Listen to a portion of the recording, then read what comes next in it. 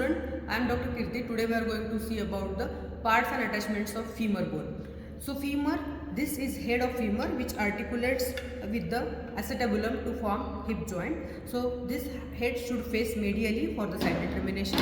This is depression which is called as pit or fovea, and ligament of head of femur or ligamentum teres is attached here. Then this is smooth part is articular part which articulates with the acetabulum. This is intertrochanteric line. This is intertrochanteric crest. This is lesser trochanter. This is greater trochanter.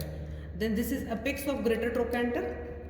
This is shaft which is smooth anteriorly. This is posteriorly prominent linea aspera, which is a prominent margin or posterior border of shaft of femur. This is posterior border, this is medial border, and this is lateral border. So we have anterior surface, medial surface, and lateral surface. If you see the linea aspera, it widens apart lower down to form these two supracondylar lines.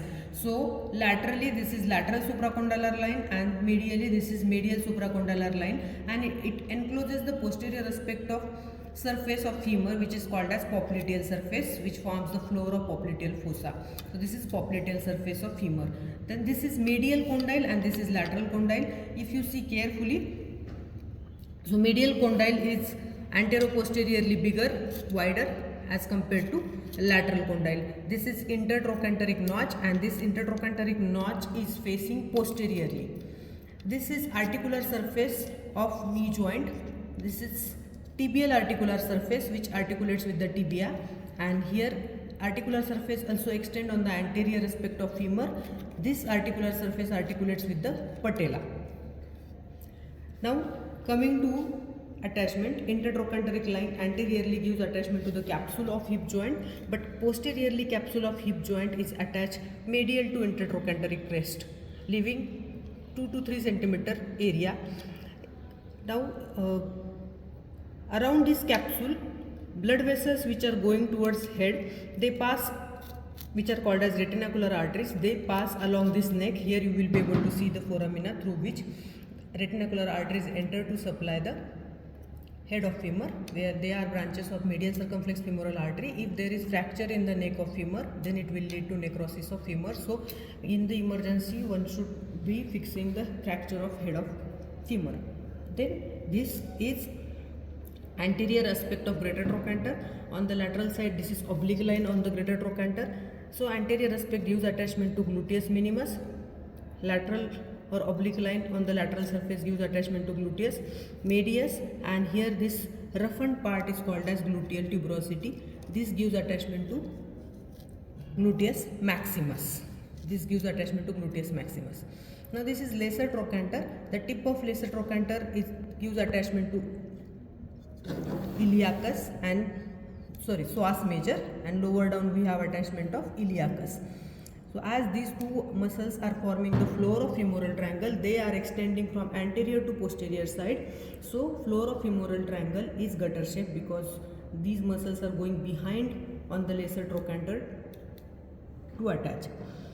Now anterior thigh is divided into 3 compartments: anterior compartment, medial compartment, and posterior compartment. Anterior compartment of thigh is extensor compartment, medial compartment is adductor compartment, posterior compartment is flexor compartment. So on the anterior side we have group of muscles which are called as quadriceps. In that we have vastus intermedialis, vastus medialis, vastus lateralis, and rectus femoris. Adductor compartment, we have adductor muscles, longus brevis magnus, gracilis. Posteriorly we have compartment which is flexor compartment, and muscles are hamstring muscles, semimembranosus, semitendinosus, biceps femoris, and adductor magnus.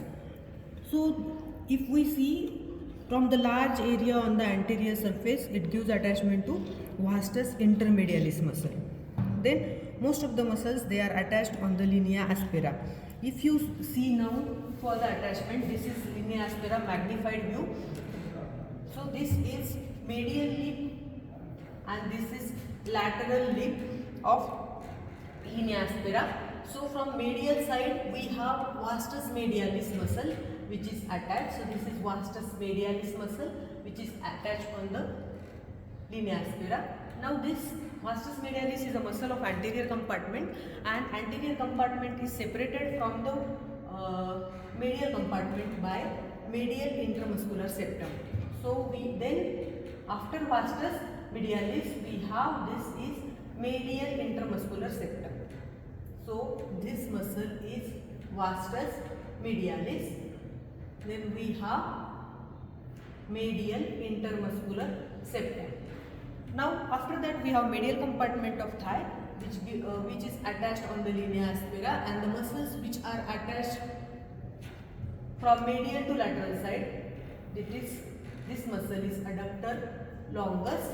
Then we have adductor brevis, and then we have big attachment, that is adductor magnus, and this attachment is running till the adductor tubercle, which is a prominent point on the medial supracondylar line. This is adductor tubercle. Adductor magnus extend till this. Adductor tubercle gives attachment to adductor ischial head of adductor magnus here.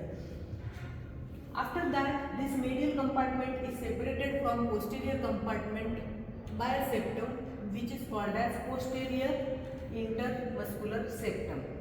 Then we have this red color is anterior compartment, blue color is medial compartment, and this pink color is posterior compartment. From posterior compartment, the muscle which is arising is biceps femoris, and this is short head. Short head of biceps femoris arises from the posterior compartment, and then we have a septum which is lateral intermuscular septum, which is separating posterior compartment from anterior compartment. And from this side we have a muscle which is vastus lateralis. So from lateral to medial side, muscles which are coming from linea aspera are vastus lateralis, then lateral intermuscular septum, short head of biceps femoris, posterior intermuscular septum, adductor magnus, adductor brevis, adductor longus. Then we have medial intermuscular septum, which is separating adductor compartment from anterior compartment, and a muscle of anterior compartment, which is vastus medialis. Then we have these two supracondylar lines, which is medial and lateral supracondylar line, and from here we have lateral and medial head of gastrocnemius, which are attached here. Now from the tip of lesser trochanter, psoas major, below that we have iliacus, in continuity we have pectineus line, pectineus muscle, which is attached to the femur.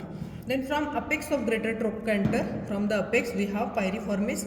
From the trochanteric fossa we have attachment of obturator externus. From the medial aspect of this greater trochanter we have obturator internus with two gamellae, and this on the intertrochanteric crest, this elevated part is quadrate tubercle, and that gives attachment to quadratus femoris. Below vastus intermedialis, here we have two attachments of articular genu, and articular capsule for knee joint is attached around the articular part of patellar surface and tibial surface. Now from the lateral, this is lateral epicondyle. Behind the lateral epicondyle there is groove, and in this groove we have attachment of popliteus muscle. Popliteus muscle. From this intertrochanteric notch, there are attachment of cruciate ligament, that is anterior and posterior cruciate ligament. So from lateral condyle, posterior aspect of medial surface gives attachment to anterior cruciate ligament, and from medial condyle, lateral surface gives attachment to posterior cruciate ligament. That is all about femur.